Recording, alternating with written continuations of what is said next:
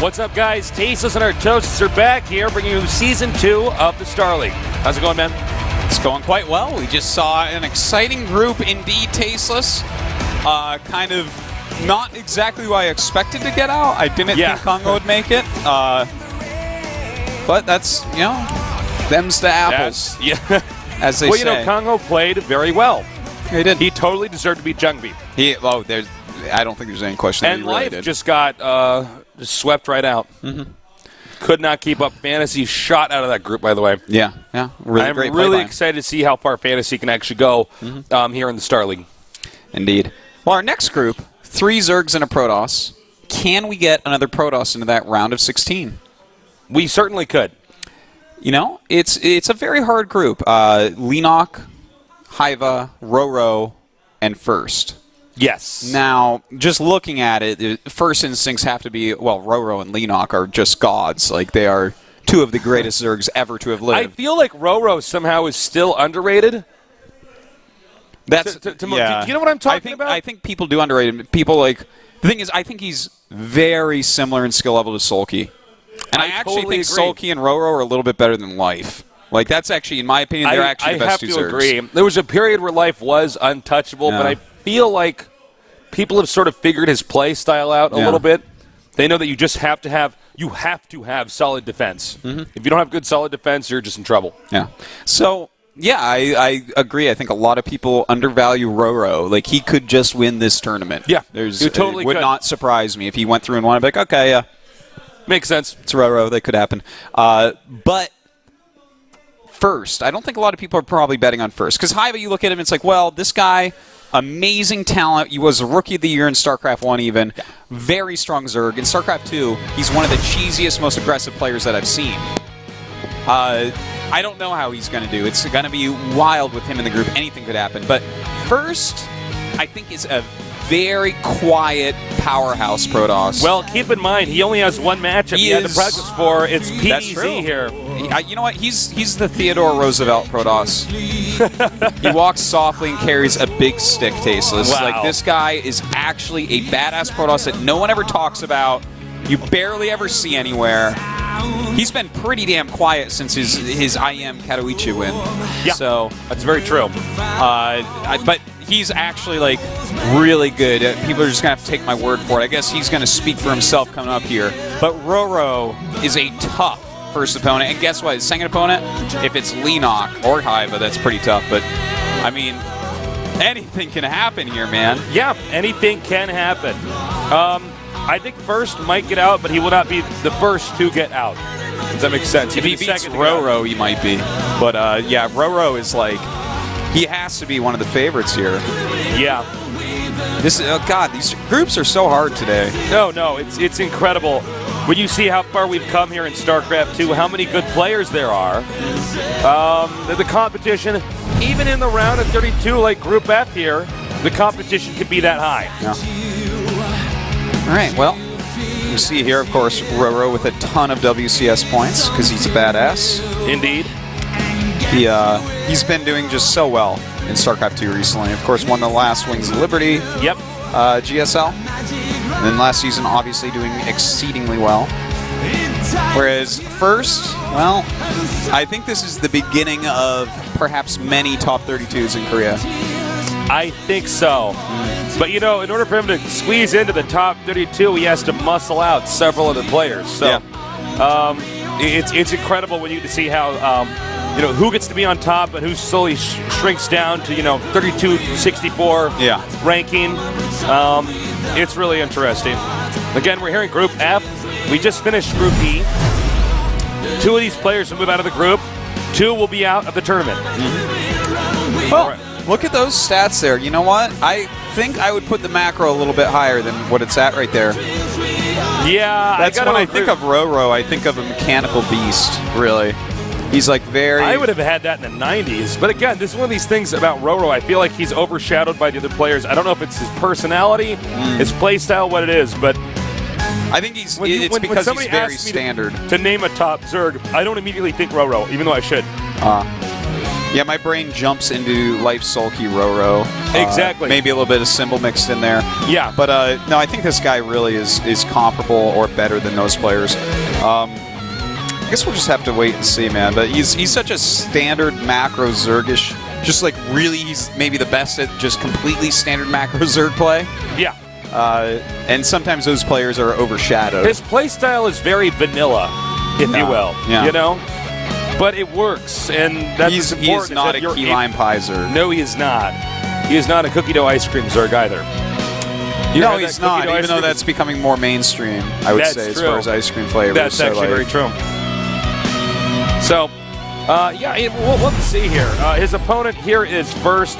I got to agree with the popularity factor there. Not a popular player. Not yet, at least. Yeah.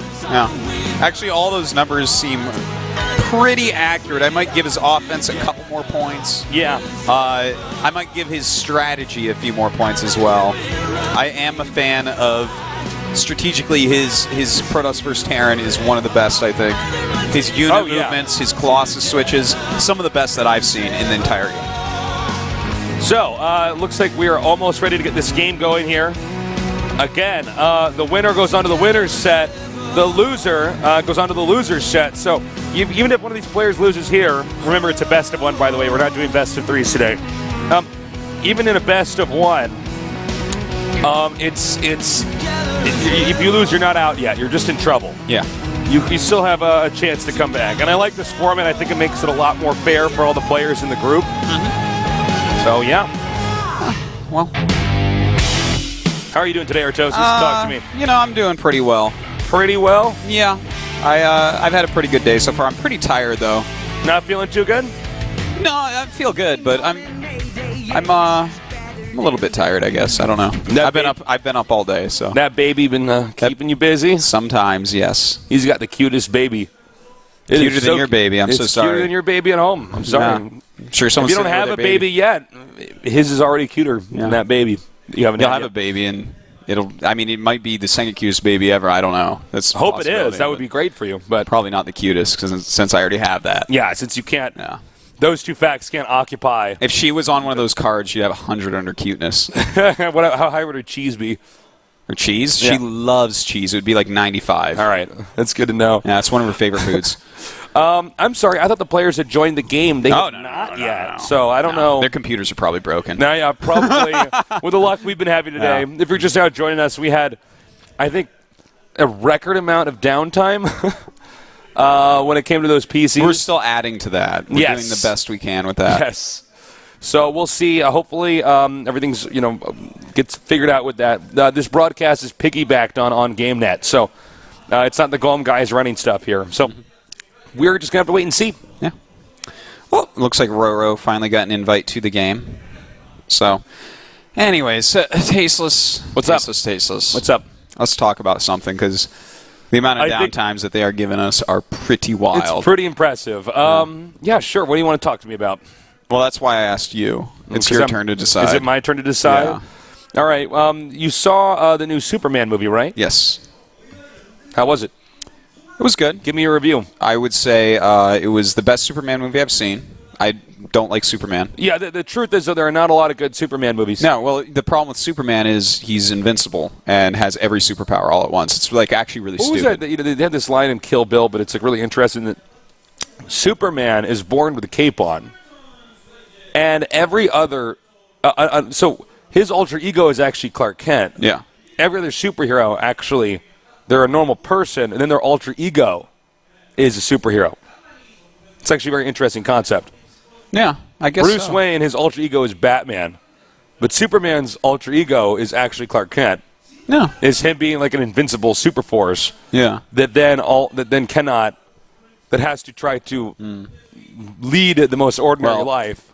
That's interesting, but no matter how much you interest me, I'll never like Superman. He's too strong. Well, no, he's definitely not my favorite when it comes to... I'm more of an X-Men guy. Oh, X-Men is for comics. Did you see a new Wolverine movie's coming out? How many Wolverine movies are there now? I have no idea. I've lost count of how many times I've seen Hugh Jackman star as Wolverine in a movie. A lot of times. A lot of times. Very many times. But it looks like it'll be decent. X-Men movies generally are pretty decent. Yeah, they do a pretty good job with the X-Men movies, actually. It's not like Yeah, a lot of the superhero movies. Did you ever see the Green Lantern? No, I didn't either. It looked pretty bad. I don't know. I'm not even into that comic as much. So. No, I've never even read it. Yeah, so I mean, for me, it's like pretty hard to rope me into that one. But Yeah. I'm not much of a movie guy, actually. It's hard to get me to sit through a movie. So. Yeah, it's actually impossible. So Tasteless is like one of those little kids, like you sit him on the couch and like by the end he's like upside down, like playing with blocks. And I'm like, Tasteless, can you just watch the movie? Put your blocks down. I'm like, I'm having too much fun with my blocks. Yeah. Looks like First is now joining the game, so we should be starting this pretty soon, I hope. Oh, we probably won't, though. Probably not. So let's keep talking. But yeah, you know what? There's this thing that happens a lot of times in these movies, and Superman was one of them. In the beginning, there's a scene in Krypton. I could have watched that for 5 hours straight with no dialogue. Like, it was so good. Okay? That's what I heard about in the Thor movie, too, right? In the Thor movie. Yeah. This is another one I told you about. The first half of the Thor movie, or maybe a little bit less than half, they're like fighting ice giants on an alien ice giant world. I could watch a 10-hour movie of that. And then he goes to Earth and falls in love and like loses powers. I'm like, I wanted to get up and leave the theater, but I was hoping there'd be more ice giants. Yeah. You know, and but, you know, pacing in movies, it's a really hard thing to do. Well, you know what? Someone needs to man up and put up the money and make an Ice Giants versus Thor's Army movie. And they need to make like a Krypton movie. And they need to make a movie about the parts of Terminator where it's actually like battles going on, even though all of Terminator 1 and 2 is very good. No, of course. No, because that's what makes it so cool is you know that there's actually that futuristic war. I thought they did that, though. Didn't they make like the fourth Terminator movie? They made, I think it was 3, number 3. Or Terminator 3 is the one with the female Terminator. Then there's one that stars... So 4 is the one with the guy that's like... Christian Bale. Okay, yeah. That's the fourth it's like... one. I was excited when it was coming out, but it wasn't what I was looking for. Did you see it? Yeah. I haven't seen that one either, so... Yeah, no, you just don't watch anything. No, I don't, actually. I pretty much... I found Game of Thrones, and I don't really need other shows. Forms of entertainment. Well, that's gone for a while, Tasteless. That is gone for a while. That's okay. I got the whole series. I'll just start it back up at the beginning. There you go. I've already done this several times. So, do we know what the delay is here? No. Nope, we don't. Okay. No idea. Sit tight, guys. Yeah. Soon we will be casting this game for you. Well, you say soon, but it's one of those soons that we see in esports all the time. Yeah. Well, who knows what that means? Instead of using soon, I should be hopefully we'll be casting this game for you guys. Oh, by the way, guys, tomorrow is the Code A qualifiers, and Wolf and Calder are going to be casting some of that, so you can check that out. Oh, yeah. Definitely check that out. And because of the overlap and like a lot of people being busy with going to MLG and all that stuff, Meta will be postponed till next week. So little announcement there. No Meta. No. Like, oh, look, he's stopping the show already. Like, I wonder how many tweets I'll get about that. Probably a lot. No, when I read them, I roll my eyes, guys. And then he probably blocks you. All right, so we got our 2 players now. Let's see who's going to be the winner here in this PvZ. We have only 1 Protoss in this group and 3 Zergs. I can't believe we're actually starting this game. I'm a little wiggly. All right, so get ready, get hype. I'm Tasteless, with me is Artosis, and this is the Star League Season 2 here at GoldenTV.net. Our Zerg player in the upper left, a GSL champion, he is Grandmaster Samsung Ken RorO. And his opponent down here in the bottom right, the only Protoss in this group. He is New challenger LGIM First. What's up, Artie? Well, looks like probably a gateway expand is what's up. In fact, that definitely has to be a gateway expand. You don't forge expand with your pylon out there. No. That would be the worst forge expand possible. That's the one where if you get 6 pulled, you die no matter what. Look at this scout timing. This is to stop hatchery first. Yeah. I like it. I like people that mix this in with their gateway expands, because hatchery first is very good against a gateway expand. So by sending this probe, sometimes you can set them off and make them think it's not a gateway expand for a little bit longer. Sometimes you can block a hatchery that's trying to come down. You know, most importantly, it does give you control over the game. It allows you to dictate what they can and cannot do. Yeah. And in this case, RorO was not even going for it, so it's okay. But it's not like you're sacrificing some gigantic portion of economy here. Yeah. You know, by scouting at 11. normally in this matchup, if you go for just a very standard Forge Expand, you scout at 9. So yeah, this is not a bad thing to mix in with a Gateway Expand. And so here's the probe now. Should be able to deny that hatch, as we said. Yeah, probably. Probably. Yeah. Yeah. All right, so when this pool finishes... Oh! He managed to get it down anyways. So a little bit of a miss micro there, but that's okay. Just keeping the probe alive is a little bit more important. But any second that you can delay it, that adds up, man. Sometimes it's a larva less, even. Yeah, it absolutely is. I mean, it's all these little things that can allow you to get a victory here. Occasionally in StarCraft, it's not just one big move, and oh my God, this is going to be a one base. No. Excuse me, as I said, I saw the Nexus. This is actually, and I should have mentioned this earlier. This is something that we've seen a little bit more lately with Gateway Expands. Is if you scout a little bit earlier, like we saw there, and you see that it's not a really quick pull, you can expand off a single gateway. And get your Nexus up a lot faster. So, in fact, I believe I saw this at Home Story Cup as well, and maybe one other place. But yeah, this is a new, just slight variation, slight twist to the Gateway Expand, just a way to make it more greedy and more efficient. All right, so these 4-lings are going to get in here now. Let's see how many probes they can get. I think he's going to probably get in like 1 probe or so. That's probably my guess there. Yeah, probably. No taste. That's a nerdy joke. Okay, there's 1. I don't think he's going to lose another one though. If you lose more than 2 here, I'd say that's a pretty big mistake. Yeah, I got to agree with that. You already have the Zealot out. We have the Mothership Core on the way. The Stalker on the way. You should not lose that one. He needs to get that, oh my God, Cybernetics core up, by the way. Oh no, right, that is up. Excuse me. I've had like 2 missed calls in this cast already, Artosis. I'm off to a bad start. I must be a little out of it today. All right, no. Okay, so it looks like he's going to end up having lost 2. Tries to go back for the other one. Does not work. So 2 kills with the 4-lings, plus good scouting, plus, kind of slowing him down overall. That was pretty worthwhile with those lings. No, it absolutely was. Stargate on the way now. No gas yet here for RorO. And this... he's kind of playing against what he's seen here. This is not like exactly what he had planned, likely, because these gas timings are like normal, as if there was a Forge Expand. He basically saw that this was such a quick Nexus that the Cybernetics core is a lot slower, which means that Warp Gate rushes will come a lot slower. Yeah. So in that, plus all the scouting he did with the Zerglings, he knows that there's no incoming attack, and thus he could get the really quick third and get the late gases. So really good play by both players. They're both like really playing very reactive games right now, which is great to see. I like this one Zealot coming out here. Just going to buy some time here. He might even want to try to go in for some of those drones. And it looks like it's going to be taken out now. Yeah. Now, one thing I want to point out here is these Protosses are doing a really good job of using that Mothership Core to actually spot on the high ground and get rid of these Overlords. And I feel like a lot of Zergs have not quite adapted to that yet. Yeah. Definitely got to be careful about where you place things at the moment in the game. Yeah.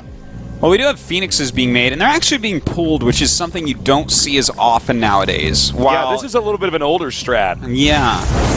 It used to be you would always pull up to 4 Phoenixes to run in and start sniping queens, but nowadays people make extra queens, and they're more on top of seeing the Phoenixes, and just generally speaking, people like to move out with their Phoenixes quicker.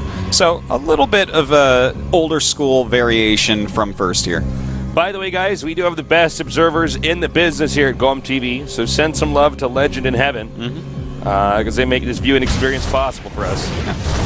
By the way, we do have a little secret pylon warping in some Zealots so far.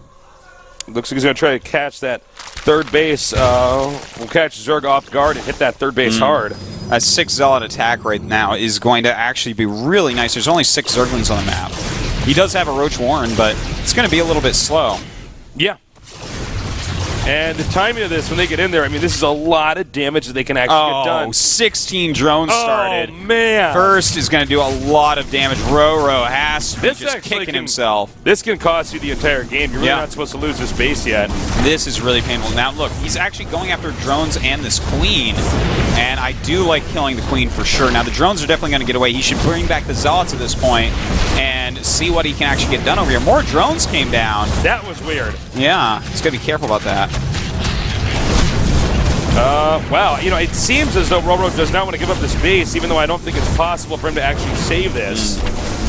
And, of course, these Phoenix is going to be able to lift up a lot of roaches. First is just getting into such a nice spot here. RorO trying to deal with it as best he can with roaches come out, but he saved all the lifts for the roaches.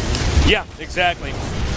And at this point, with the Phoenixes there, the Mothership Core alone, even though Zealots died like 30 seconds ago, the Mothership Core would have been able to finish this. So, yeah, really nice expansion snipe here from first. And you gotta keep in mind, too, I mean, those drones, they were not mining from the base the entire time. They're being used to defend, so this is a huge economic deficit here. You know, there's so many things that went into what we've just seen here, such as the Forlings going in the main base. He has less scouting on the map and first actually get a pylon down. And, you know, of course, RorO has to be kicking himself so hard for that, because if he catches that pylon, that never happens, and suddenly he's in a much better spot. But right now, exactly. Like, first is actually, look at this, he's got the double forge, Tasteless. Oh boy, it looks like we are going to see some Stardust play. Yeah. Some quick upgrades. Very powerful. Looks like he's got enough sentries back here at home. I don't know if First can lose at this point in time, man. I just do not know. His attack is going to be ridiculously strong.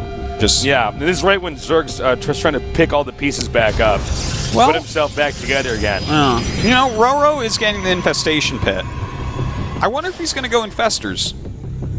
Because Infestors, I mean, that would do pretty well, because the type of unit composition that we've seen a lot recently with the double forge type of play is a lot of Zealots, a lot of Immortals, and a lot of Sentries. And Infestors, just generally speaking, are going to be pretty good against that. Oh, kind of messed up those force fields there, but he's still going to come out ahead right now.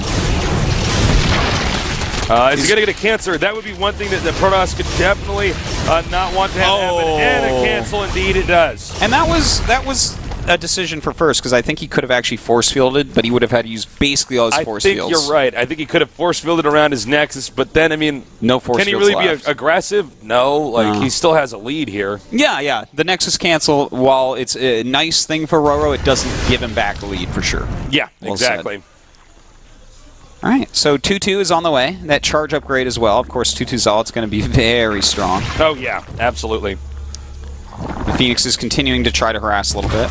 Park over the Spore Crawler. All right, as you can see now, the Phoenix is just scouting around. I think this attack might be too much for RorO to deal with, and this would be a really bad start here. RorO loses the first game, potentially. You know what? He has 7 Infestors about to pop out. If he catches that Sentry Clump one time with a Fungal, he'll kill... That's actually a very good point, Artosis. Yeah, he'll kill all of it. And he's using up a lot of energy on his Phoenixes right now, going after Queens. So I think I guess he doesn't know that there actually are going to be Infestors popping out. This is very fortuitous for RorO. Oh my god, he's just going to chain fungal these things to death. All right, he's moving out here now. Let's see if he can get those... Ooh, nice dodge there. Yeah, really good dodge. And there we go. He's going to try to lift him up, and nice. Lifting him up and getting underneath. This is exactly what First needs to do. Great decision making. He's going to snipe all these Infestors, but we do have some fungals going down. Those sentries getting low on life, and a lot of Zerglings coming in. And you know what? It looks like RorO actually just has too much. Recall, turning around. That was actually just fantastic play by both players. This is the funny thing about RorO is, like, his play is not fancy, okay? No, it's not. But, I mean, look, he had taken so much damage early on. He gets all the way back over there, and then he actually manages, once the Protoss attacks, to have enough to hold that. That's a really impressive moment there. Yeah, it truly was. That was very good. I'm really glad that he went for Infestors there. That was a nice move. And, you know, it could have gone a lot better for him. But, you know, First did just the right thing. I love that he lifted them. He didn't try to, like, snipe them with Phoenixes. Just lift them so they can't fungal. Get underneath. All right, he's going to take out this Queen now. And, First is still playing well, but I'm worried that now RorO has enough of a lead that it's going to be really tough to win, or really tough for him to take out RorO. Well, you know what? I think he's still going to be fine. He has to be careful about losing too much here at this third base, though. Yeah, that's very true. He's got to keep his economy going. RorO is taking that fourth, but the important thing here is he already has 3-3 on the way. If he moves out, if he just gets as many units as possible and moves out at 3-3, that's going to be pretty strong. But how many infestors are out? Oh, there's only 2. Never mind. Okay, because I was going to say, like, if he still had 5-6 infestors, or if he had remade them or something, that would have been very helpful upgrades. Fungal growth does not care about upgrades. This is very true. All right, so the Roaches are now, looks like they're going to set up to do a counterattack. If Protoss leaves, they're going to go for that third base and hit the Nexus. We'll see if he actually does do that, though. Oh, my God. Might actually just end up turtling. 13 mutas on the way, a really strong tech switch. But even though he doesn't have a good anti-muta army, he's going to have 3-3. And he's got Blink on the way. We'll see if that comes into play. I think it will.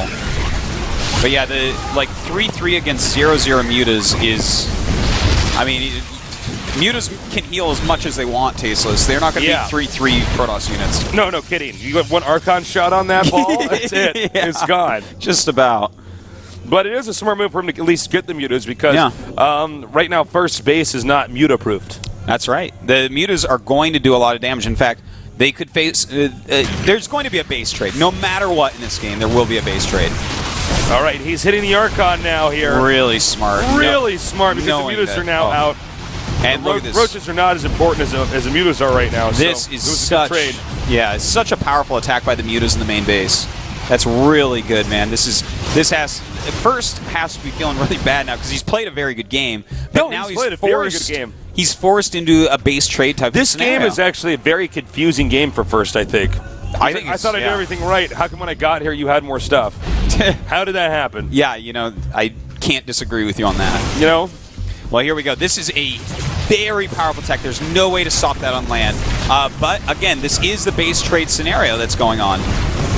All right, the drone's now evacuating, but pretty much none get out alive. The hatchery goes down. Looks like he's going to try to go for the third base. Meanwhile, Zealots, I believe a Warp Prism dropped those off over there into the main. Certainly did. Now he is taking out the third base as well. But here's the thing. 3-3 upgrades. He's got to be careful. He's got to blink those Stalkers back. He's just got to get a big enough clump to slow these mutas down so he can win this base race. But that is a lot of mutas. He's about to have almost 30. Oh, man, this is so cool. I have no idea how this game's going to end. Yeah, this could go either way, absolutely. Yeah. I mean, that's a lot of spines. He has to get his Immortals in the front. He's going to lose all his Zealots. Oh, those are good fungals. All right, he's closing in now. Continuing to hit hard, but yeah, those fungals are so good. And now First is not even on top of his army, now bringing the rest over there. There we go. And in fact, he is still trying to hold off a helmet. That is a lot of mutas still. Breaking through these spine crawlers on the back of 3-3 Immortal Zealot. This game is so weird right now. Yes, it is. I actually have no idea who wins this. Well, as far as speed on killing buildings, Protoss has got that covered. But this many Mutalists, look, one of those Archons really low on health. It's actually very hard to say who's going to win this. Very, very hard. Does Protoss still have the Templar Archives? I will check that for you. And yes, he does. Because I'm just thinking if he just gets 1 or 2 Archons made. He has 88 gas, though, and he's barely mining. But I think he had 500 a little bit ago, so I think he might have just made Archons. Let's see. For units, he's got 3 Archons and 15 Stalkers. That's his anti-air. But some of these Stalkers definitely going to be caught. Okay, here we go. The Stalkers do come out to fight, but they might need a little bit more. There we go. The Sentry's going to come up. He needs Guardian Shield. Guardian Shield, please. But 3-3 is just so good against 1-0 mutas. Yeah, exactly. And he's just going to go for the fight. He has to do it.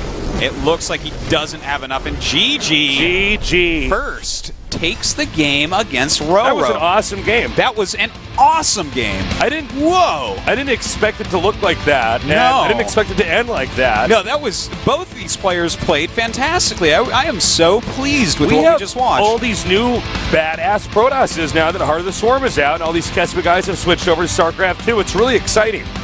Oh. Players like Trap, players like First. First is first of many, I think, Tasteless. Gotta agree with that. Gotta second that one.